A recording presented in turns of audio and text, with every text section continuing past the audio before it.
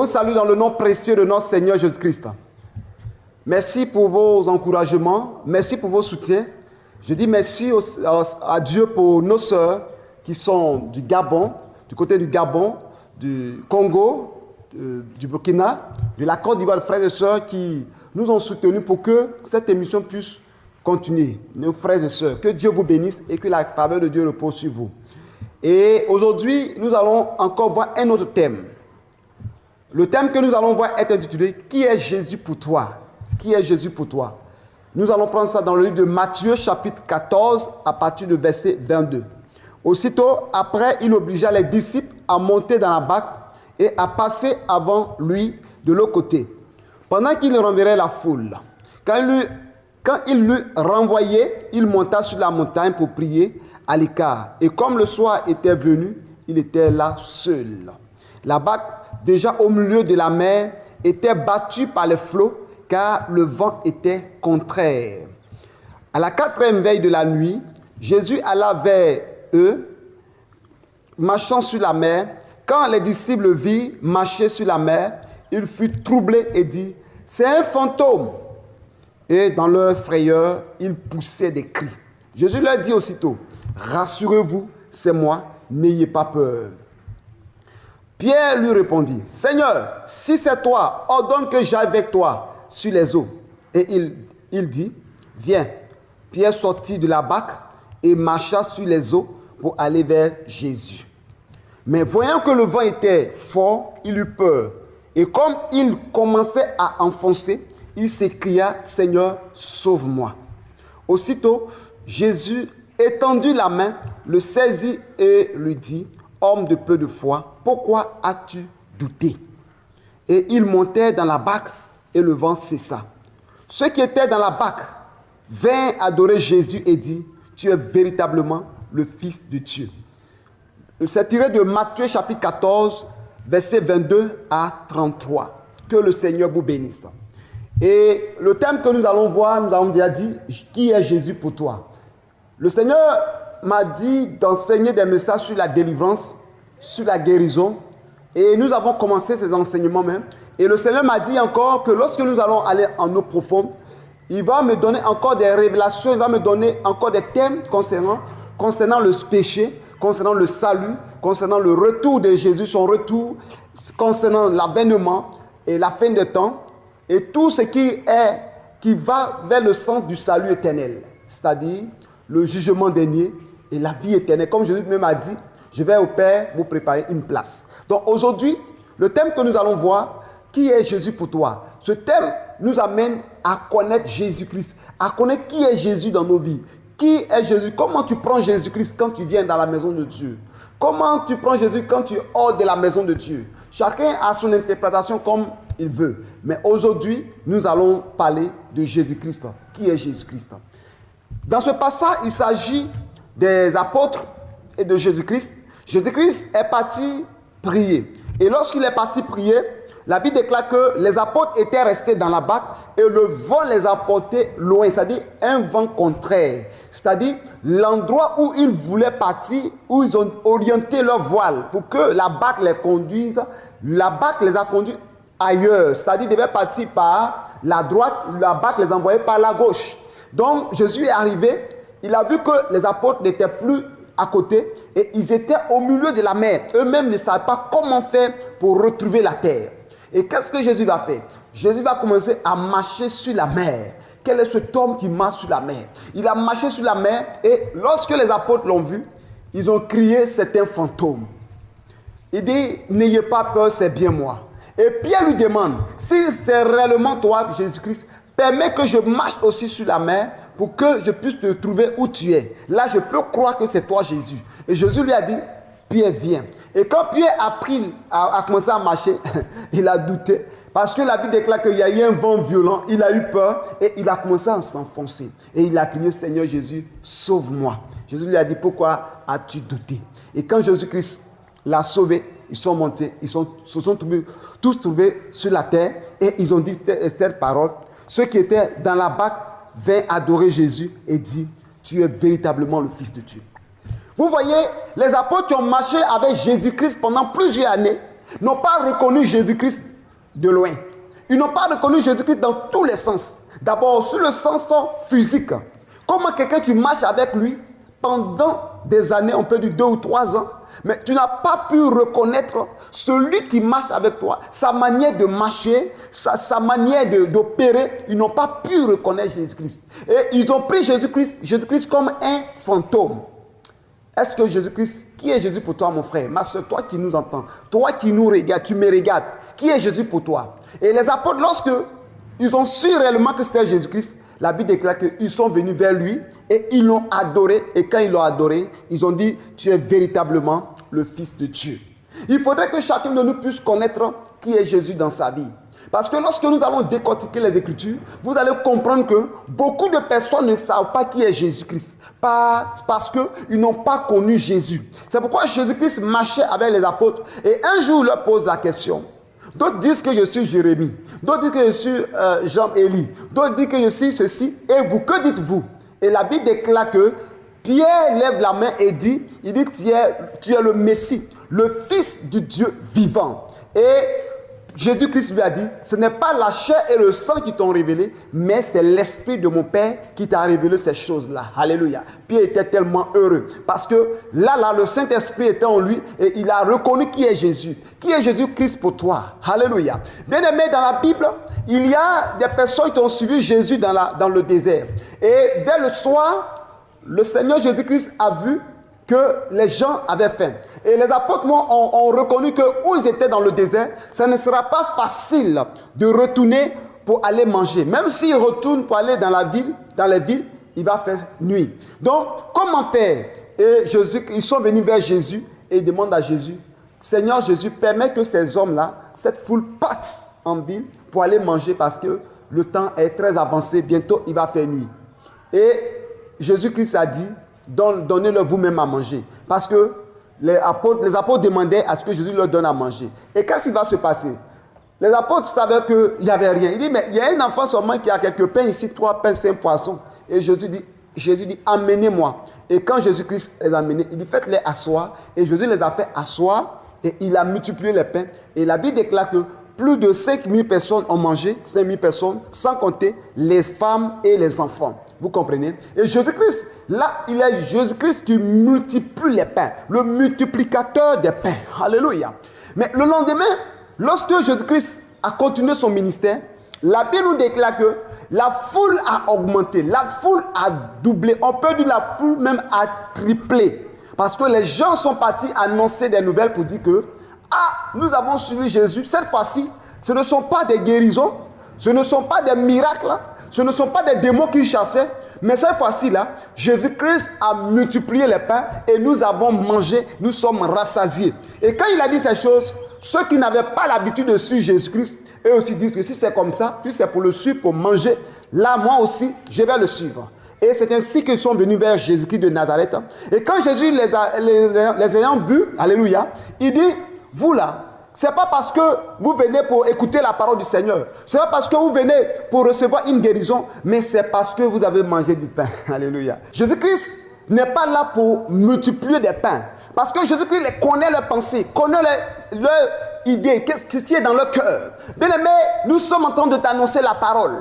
C'est vrai qu'il y a eu des moments où nous avons prié le Seigneur pour que des personnes soient délivrées, des personnes soient guéries, des personnes soient restaurées. Et nous avons eu des témoignages des personnes qui ont été délivrées et qui nous ont apporté des bonnes nouvelles pour la gloire de notre Seigneur Jésus-Christ.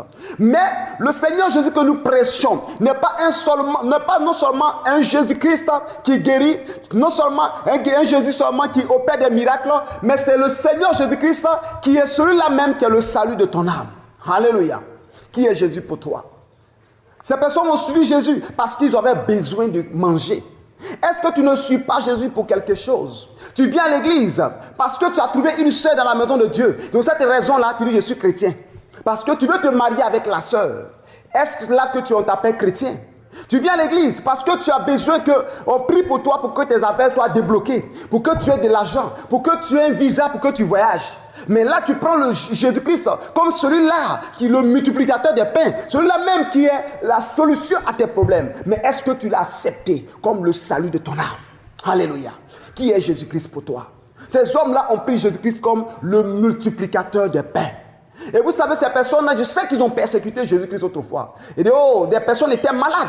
Mais leur maladie ne leur dit absolument rien. Les personnes souffraient, mais ça ne leur dit absolument rien. Parce que ce qui les intéresse, ils n'ont pas encore reçu en Jésus. Mais un jour, ils ont entendu que Jésus-Christ a commencé à multiplier les pains. Et ils sont venus vers Jésus. Toi qui m'entends, toi qui me vois, accepte Jésus-Christ comme ton Seigneur et Sauveur personnel. Parce qu'il est venu dans ce monde, pas seulement pour multiplier les pains. Il est venu dans ce monde, pas seulement pour guérir les malades. Il est venu dans ce monde, pas seulement pour chasser les démons. Il est venu dans ce monde pour nous montrer le chemin, la vérité et la vie. Pour qu'un jour, nous héritions le royaume des cieux. Alléluia. Jésus-Christ est venu, il a opéré des miracles, à chasser des démons. Oui, c'est l'un des miracles, des choses que le Père lui a confiées. Mais la chose importante que Jésus-Christ est venu accomplir sur la terre, c'est écrit dans Jean 3,16. Car Dieu a tant aimé le monde qu'il a donné son Fils unique afin que quiconque croit en lui ne périsse point, mais qu'il ait la vie éternelle. La vie éternelle, c'est ce que nous attendons tous. Parce que la mission de Jésus-Christ sur cette terre, c'est que nous devons le suivre et qu'un jour nous héritions le royaume des cieux. C'est pourquoi l'apôtre Pierre a dit, nous sommes étrangers et voyageurs sur cette terre. Bien aimé, il y a tellement d'événements qui se passent dans ce monde-là. Jésus-Christ est à la porte.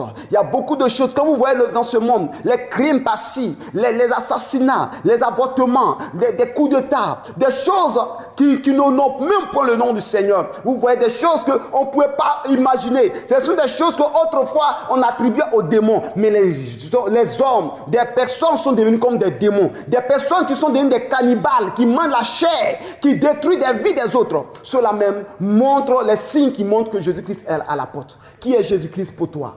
Est-ce le Jésus-Christ qui multiplie le pain? Est-ce le fantôme que tu vois? Est-ce celui-là même qui est venu pour te sauver? Je vais vous donner un autre passage. Regardez dans la Bible, il y a un jeune homme qui était riche. Et le jeune homme suivait la loi. La loi, et un jour, il est venu vers Jésus. Il dit, Seigneur, que dois-je faire pour être sauvé? Jésus lui dit, honore ton père et ta mère, ne combatte point, ne ment point, ne veut point. Et il dit toutes ces choses-là de la loi de Moïse, il a tout observé. Il dit, ne commets pas l'adultère, aime ton prochain. Il dit, Seigneur, j'ai tout observé. Et Jésus lui dit, ce que tu dis, tu ne mens pas, c'est vrai. Mais il te manque une chose. La seule chose qui te manque, tu es riche. Vends tout ce que tu as, donne aux pauvres et suis-moi. Alléluia. Suivre Jésus n'est pas facile. Cet homme se dit quoi? J'ai respecté tout ce qui est les commandements, la loi de Moïse. Et moi qui suis devenu riche, demain je vais devenir pauvre. D'autres ont cette pensée. Votre Dieu que vous suivez, c'est devenir pauvre. C'est de vous aller donner l'argent à vos pasteurs. Vous allez donner l'argent pour construire l'église. Nous sommes en Jésus. Le bien que nous avons, ce que nous avons amassé, c'est pour sa gloire. C'est pour sa gloire. Parce que la Bible déclare que sert-il à un homme de gagner le monde entier s'il perd son âme? Bien-aimés, nous sommes des étrangers et voyageurs sur cette terre. Nous sommes sur cette terre pour qu'un jour, nous héritions le royaume des cieux. Ce jeune homme riche ne voulait pas partager ses biens aux pauvres. Il a été indigné, il a été attristé et il n'a pas suivi Jésus. Il y a des personnes aujourd'hui qui refusent de suivre le Seigneur Jésus-Christ à cause de leurs biens. Parce qu'ils ont des maisons, parce qu'elles ont des maisons, parce qu'elles ont des voitures, elles ont une richesse énorme. Des grands biens. Ces personnes, lorsqu'on leur annonce l'évangile, ces personnes refusent d'accepter Jésus-Christ. Parce qu'ils prennent Jésus-Christ comme un Dieu pauvre. Ils prennent l'église comme les pauvres qui vont à l'église. Cet homme, jeune homme riche, prenait comme si je suis Jésus-Christ, je te suis, demain je vais devenir pauvre. Où est ma dignité? Où est ma gloire? Où seront mes serviteurs? Où seront ceux-là même? Et mon luxe, je me promène avec le luxe, les gens me respectent. Les gens ne vont plus me respecter. Jésus, en tout cas, je suis désolé, je ne peux pas te suivre. Et il a refusé de suivre Jésus. Qui est Jésus pour toi? Est-ce Jésus pour toi qui pense qu'il te dépouille de tous tes biens? Jésus-Christ qui arrache, qui enlève toute ta richesse. Suis-le, parce que c'est lui-là même qui est lui qui détient l'eau et l'argent, qui peut te donner ce que tu as besoin. Que le Seigneur, le Dieu d'Israël, nous bénisse. Nous allons continuer, bien-aimés. Qui est Jésus pour toi? Ne prends pas Jésus comme le fils de Marie. Ne prends pas Jésus-Christ comme celui encore qui est à la croix. Vous voyez, il y a des personnes qui ont une mentalité arrêtée, une idée arrêtée.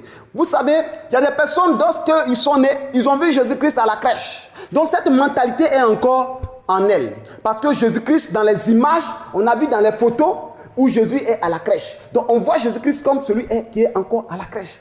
On a vu des images où Marie est là, Marie attrapait Jésus-Christ dans sa main. On voit Jésus comme encore un bébé. Alléluia. Jésus-Christ n'est plus un enfant. Jésus-Christ est le roi des rois qui est assis sur le trône de jugement, qui revient bientôt juger le monde. Bien-aimé, je dois te dire ces paroles. Jésus-Christ, qui est Jésus pour toi? Ne prends pas Jésus-Christ comme celui qui est encore à la crèche. Qu'on va faire des fêtes pour attendre ce jour-là, parce qu'aujourd'hui le Fils de Dieu est né. Jésus est né, c'est vrai, mais Jésus-Christ a grandi. Jésus-Christ a exercé son ministère. Jésus-Christ a été crucifié. Jésus est mort. Jésus a été enlevé. Et Jésus-Christ revient bientôt comme le lion de la tribu de Juda. Qui est Jésus pour toi? Ne prends pas Jésus comme le fils de Joseph. Ne prends pas Jésus comme le fils de Marie. Prends Jésus-Christ comme l'avocat des avocats, le juge des juges, le lion de la tribu de Juda, le Fils de Dieu qui est assis à la droite du Dieu le Père, dont Dieu lui a donné l'autorité, pouvoir de juger le monde, les vivants et les morts. Qui est Jésus pour toi? Qui est Jésus pour toi? Ne vois plus Jésus-Christ comme celui qui est encore à la croix. Aujourd'hui, des personnes voient Jésus-Christ encore à la croix. Et ils adorent Jésus-Christ encore à la croix. Jésus n'est plus à la croix. Jésus a été crucifié et a été enseveli. Et le troisième jour, Jésus-Christ est ressuscité d'entre les morts. Qui est Jésus-Christ pour toi?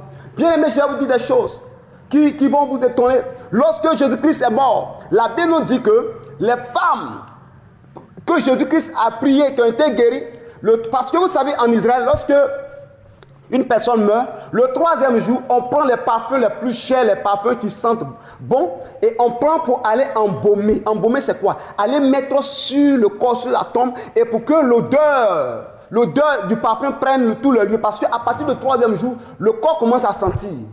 Et Marie de Magdala et les autres femmes ont pris le parfum pour aller embaumer le corps de Jésus. Pourquoi? Parce qu'elles n'ont pas encore connu Jésus. Elles ont pris Jésus comme un mort. Jésus n'est plus un mort. Et lorsque elles sont arrivées au tombeau, la Bible déclare que le tombeau était vide. Alléluia. Le tombeau était vide. Leur parfum est resté dans leurs mains. Si elles avaient connu Jésus-Christ, qu'elles savaient que Jésus-Christ, la mort ne pouvait pas retenir Jésus dans le tombeau, elles n'allaient pas partir au tombeau avec du parfum. Parce qu'elles n'ont pas connu Jésus. Qui est Jésus pour toi? Ces femmes sont arrivées là-bas. Et lorsqu'elles sont arrivées au tombeau, elles ont trouvé Jésus-Christ arrêté. Et Marie pleurait. Elle demandait, ils ont volé mon Seigneur. Voici le tombeau est vide. Alléluia. Et la Bible déclare que Marie pensait que c'était le gardien, le jardinier du tombeau. Le jardinier du tombeau n'était pas là. C'était Jésus-Christ de Nazareth qui était ressuscité. Pourquoi je dis qui est Jésus pour toi? Parce que Marie de Magdala a pris Jésus-Christ comme le jardinier. Jésus n'est pas un jardinier. Jésus est ressuscité. Alléluia. Et lorsque Jésus lui a parlé, dit Marie, elle tourne le regard, elle regarde, c'était Jésus qui était en face d'elle. Elle voulait s'approcher, il dit ne me touche pas, parce que je ne suis pas encore monté vers le Père. Alléluia. C'est ainsi que cette femme a cru vraiment à la résurrection. Il y a des personnes qui sont chrétiennes, mais ces personnes n'ont pas encore rencontré Jésus dans leur vie, qui n'ont pas encore accepté véritablement Jésus. Ils prennent Jésus comme un fantôme, d'autres prennent Jésus comme celui-là qui multiplie les pains, ils prennent Jésus comme celui-là qui fait des miracles, ils prennent Jésus comme celui-là même qui ressuscite des morts, ils prennent Jésus-là comme tel selon leurs besoins. Prenez Jésus-Christ comme celui-là qui est le Fils de Dieu. Prenez Jésus-Christ comme celui-là même qui est mort à la croix et qui est le chemin, la vérité et la vie. Et celui qui nous montre le chemin de la vie éternelle. Et c'est avec lui que nous allons nous asseoir sur la table des noces. Et nous allons manger avec lui, lui avec nous. C'est pourquoi il a dit dans sa parole, je me tiens à la porte et je frappe. Si quelqu'un entend ma voix qui ouvre, j'entrerai chez lui, je souperai avec lui, lui avec moi. Jésus-Christ prend celui-là même qui est le maître des noces. Prends celui-là même qui est celui-là qui revient bientôt comme le Fils du Dieu vivant. Qui revient bientôt comme le roi des rois. Qui revient bientôt comme l'avocat des avocats. Qui est Jésus-Christ pour toi? Et lorsque Jésus a été ressuscité, la Bible déclare que les disciples d'Emmaüs partaient sur le chemin. Et lorsqu'ils partaient, ils étaient à commencer à parler. Et du coup, Jésus-Christ est apparu au milieu d'eux comme un homme simple. Et ils ont commencé à parler. Et Jésus leur pose la question. Amen. De quoi parlez-vous?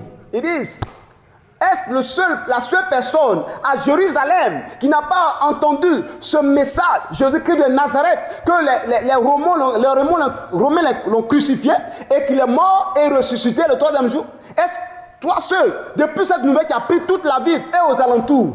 Jésus-Christ, puisqu'il ne savait pas que c'était lui, la Bible nous dit, Jésus-Christ a commencé de la loi de Moïse jusqu'à l'heure où de sa résurrection et de son retour.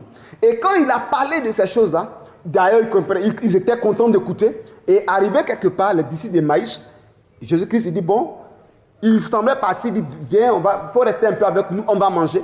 Et Jésus-Christ a pris le pain, il a rompu, il a béni, amen. Et en même temps, il a disparu. Et c'est là la Bible déclare que quand il a rompu le pain, leurs yeux s'ouvrirent et ils ont su que c'était Jésus-Christ. Des personnes qui marchent avec lui, mais qui n'ont point reconnu, qui n'ont même pas senti sa présence auprès d'eux. Même dans sa voix, ils n'ont pas reconnu que c'était le Messie. Alléluia. Même dans sa marche, dans la manière de marcher, dans les choses. Mais qu'est-ce qu'ils ont senti? L'autre a dit à l'autre, mais mon cœur était chaud dans mon cœur. Mon cœur brûlait au-dedans de moi. Lorsqu'il parlait, oui, c'est vrai, Jésus. Jésus est ressuscité. Et ils sont partis dans leur joie. Ils sont partis annoncer cette bonne nouvelle aux apôtres qui étaient toujours en prière dans la chambre haute. Et lorsqu'ils sont arrivés, ils disent, Jésus est ressuscité. Thomas dit, moi je ne crois pas. Tant que je n'ai pas mis ma main dans les endroits où ils ont crucifié et ont percé, dans ces trous, je ne peux pas croire. Dans ce trou-là, je ne crois pas. Jésus dit, Jésus apparaît. Alléluia. Il dit, touche-moi Thomas. Heureux ceux qui ne m'ont pas vu et qui ont cru. Alléluia. Heureux ceux qui ne m'ont pas vu, c'est nous. Nous n'avons pas vu Jésus, mais nous croyons qu'il est le Fils de Dieu. Nous croyons qu'il est mort ressuscité. Nous croyons que c'est celui-là même qui revient bientôt et va nous faire asseoir sur la table des grands, dans le royaume céleste, dans la nouvelle Jérusalem.